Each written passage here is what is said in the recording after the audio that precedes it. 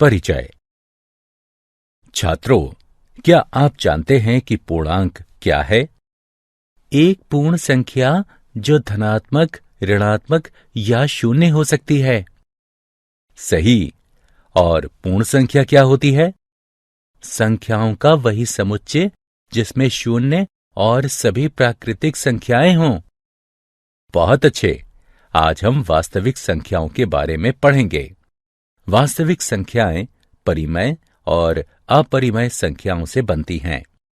वास्तविक संख्या पद्धति के कई उपसमुच्चय पूर्णांक, प्राकृतिक संख्या या पूर्ण संख्या होते हैं। आइए वास्तविक संख्याओं के बारे में विस्तार से अध्ययन करें। उद्देश्य। इस पाठ के अंत में आप निम्न करने में सक्षम हो जाएंगे। यूक्लिड की विभाजन प्रमेयिका को बताना, अंकगणित को आधारभूत प्रमेय को समझाना, अभाज्य गुणनखंडन विधि से प्रश्नों को हल करना। यूक्लिड विभाजन प्रमेयिका। दो धनात्मक पूर्णांक a और b दिए रहने पर ऐसी अद्वितीय पूर्ण संख्याएं q और r विद्यमान हैं कि a बराबर bq जमा r, शून्य छोटा या बराबर है r, छोटा है b से। उदाहरण के लिए a बराबर 15, b बराबर 3 के लिए 15 बराबर 3 गुणा 5 जमा शून्य है, जहां q बराबर 5 और r बराबर शून्य है। प्रमेयिका। प्रमेयिका एक सिद्ध कथन होती है जिसका प्रयोग दूसरे कथनों को सिद्ध करने में होता है। एल्गोरिथम सुविचारित चरणों की श्रृंखला होते हैं जो एक प्रकार के प्रश्नों को हल करने की विधि प्रदान करते हैं। यूक्लिड विभाजन प्रमेयिका का प्रयोग दो संख्याओं का HCF ज्ञात करने के लिए किया जा सकता है। इसका प्रयोग संख्याओं की कुछ उभयनिष्ठ विशेषताएं ज्ञात करने के लिए भी किया जा सकता है। HCF कैसे ज्ञात करते हैं? दो धनात्मक पूर्णांकों C और D, C बड़ा है D से, का HCF ज्ञात करने के लिए हमें निम्न चरणों से इसका अनुसरण करना होता है। चरण 1। C और D पर यूक्लिड विभाजन प्रमेयिका का प्रयोग करिए। इसलिए हम ऐसे Q और R ज्ञात करते हैं कि C बराबर DQ जमा R हो। चरण 2। यदि R बराबर शून्य है तथा D, C और D का HCF है। यदि R शून्य के बराबर नहीं है तो D और R पर विभाजन प्रमेयिका का प्रयोग कीजिए। चरण 3। इस प्रक्रिया को तब तक जारी रखिए जब तक कि शेषफल शून्य ना हो जाए। इसी स्थिति में प्राप्त भाजक ही वांछित HCF है। HCF परिकलन का उदाहरण। आइए यूक्लिड एल्गोरिथम के प्रयोग से 455 और 42 का HCF ज्ञात करें। हल।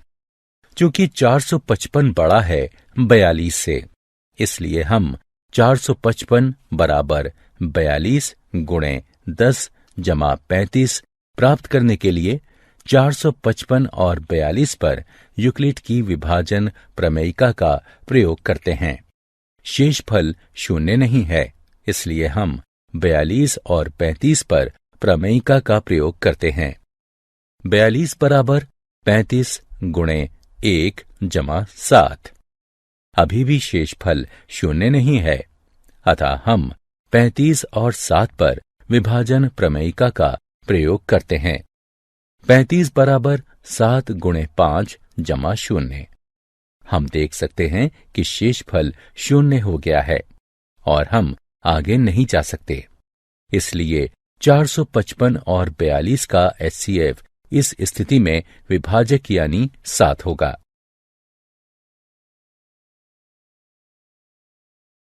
यूक्लिड के प्रमेय का उदाहरण। आइए सिद्ध करें कि प्रत्येक धनात्मक समपूर्णांक 2q के रूप का होता है और प्रत्येक धनात्मक विषम पूर्णांक 2q जमा 1 के रूप का होता है, जहां q कोई पूर्णांक है।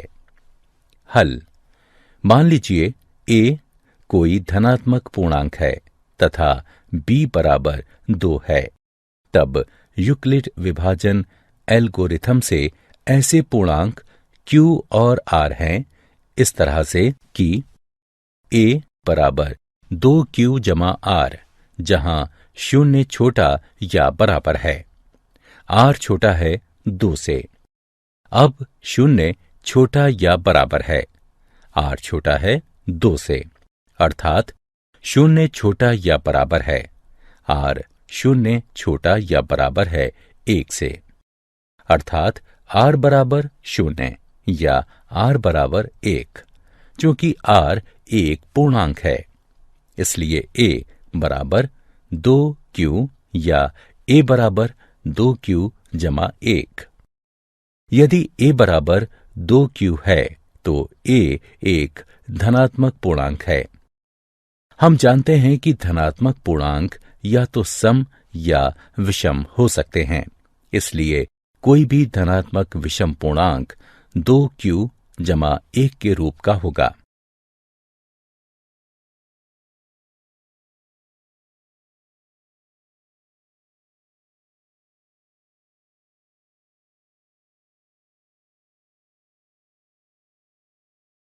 अंकगणित की आधारभूत सिद्धांत। मूल विचार यह है कि एक से बड़ा कोई भी पूर्णांक या तो अभाज्य संख्या होता है या अभाज्य संख्याओं के गुणन से बनाया जा सकता है। इस प्रकार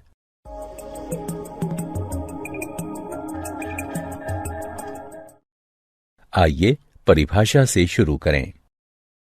एक से बड़ा कोई भी पूर्णांक या तो अभाज्य संख्या होता है या अभाज्य संख्याओं के अद्वितीय गुणनफल या क्रम को नजरअंदाज करते हुए उसके रूप में लिखा जा सकता है। इन संख्याओं को देखिए।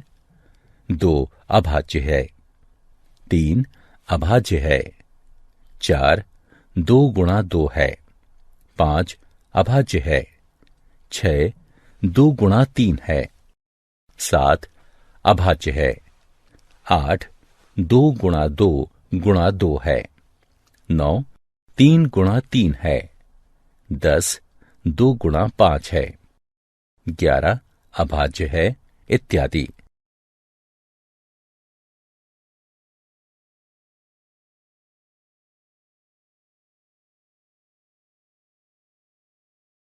एलसीएम और एचसीएफ में संबंध।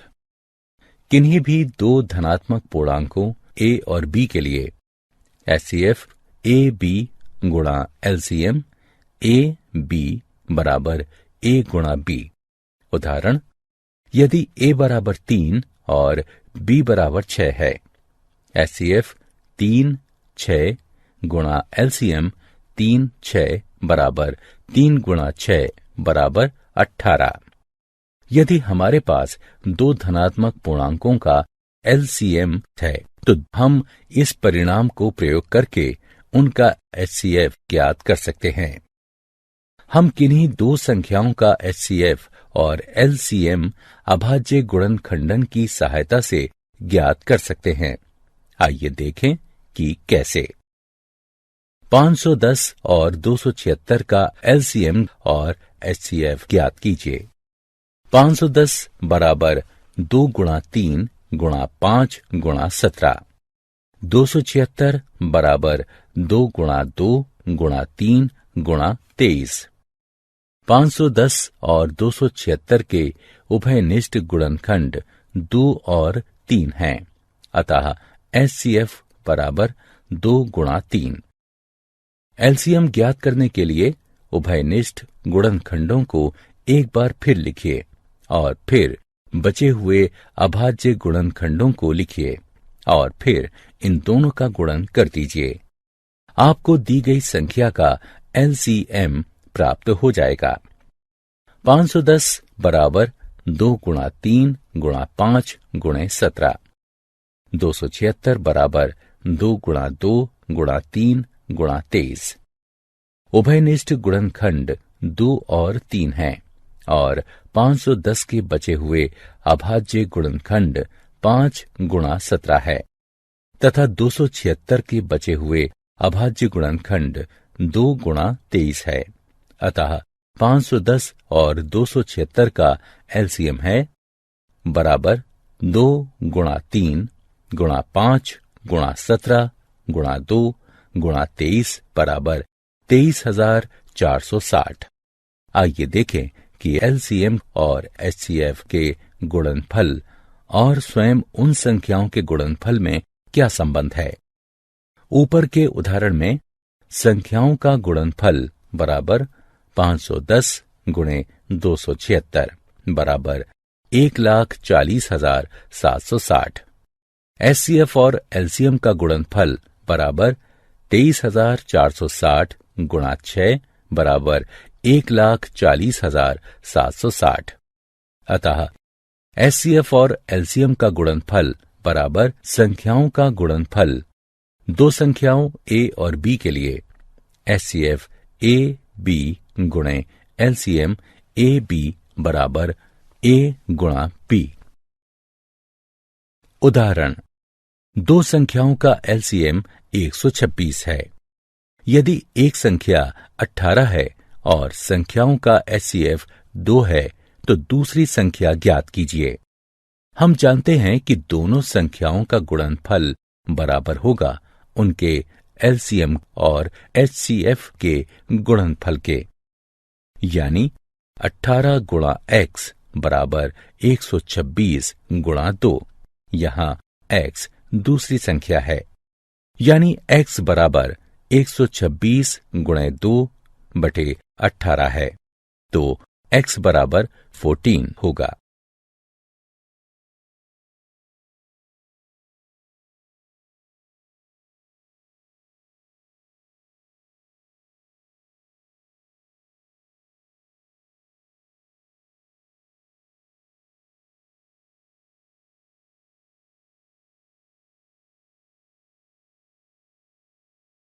अंकगणित की आधारभूत प्रमेय का उदाहरण दिया है। 306 और 657 का एचसीएफ बराबर है 9 के, तो इनका एलसीएम ज्ञात कीजिए।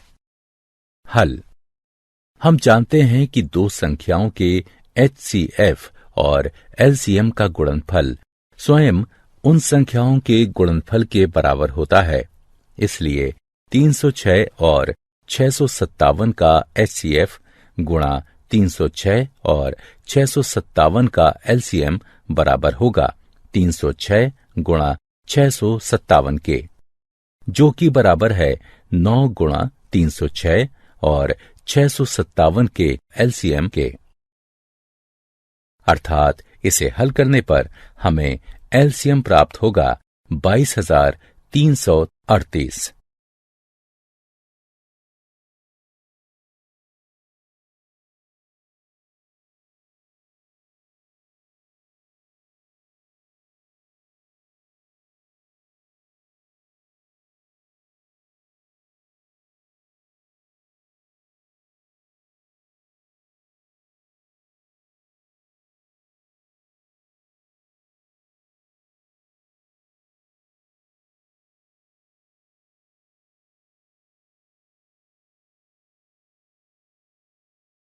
क्या आप जानते हैं 17वीं शताब्दी में सर्वप्रथम डेकार्टे ने बहुपदों के मूल को व्यक्त करने के लिए रियल शब्द का प्रयोग किया और उन्हें इमेजिनरी संख्याओं से अलग किया।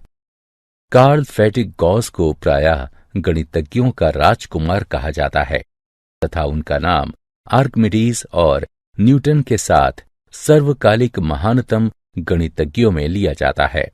उनका गणित और विज्ञान दोनों में मौलिक योगदान है। सारांश, आइए हमने जो कुछ सीखा है उसे संक्षेप में दोहराएं। यूक्लिड विभाजन प्रमेय का दो धनात्मक पूर्णांक a और b दिए रहने पर ऐसी अद्वितीय पूर्ण संख्याएं q और r विद्यमान है कि A बराबर BQ जमा R, जहां शून्य छोटा या बराबर है R से और B R से बड़ा है। यूक्लिड विभाजन एल्गोरिथम। ये यूक्लिड विभाजन प्रमेयिका पर आधारित है। इसके अनुसार किन्हीं दो धनात्मक पूर्णांकों A और B, जहां B बड़ा है A से, इसका HCF निम्न प्रकार ज्ञात किया जा सकता है। चरण 1, विभाजन प्रमेयिका का प्रयोग करके Q और R ज्ञात कीजिए, जहां A बराबर BQ जमा R, शून्य छोटा या बराबर है R छोटा है B से। चरण 2, यदि R बराबर शून्य है तो HCF B है। यदि R बराबर नहीं है शून्य के तो B और R पर यूक्लिड प्रमेयिका का प्रयोग कीजिए। चरण 3, इस प्रक्रिया को तब तक दोहराते रहिए जब तक कि शेषफल शून्य ना हो जाए। इस स्थिति में भाजक ही HCF AB होगा। साथ ही HCF AB बराबर HCF BR।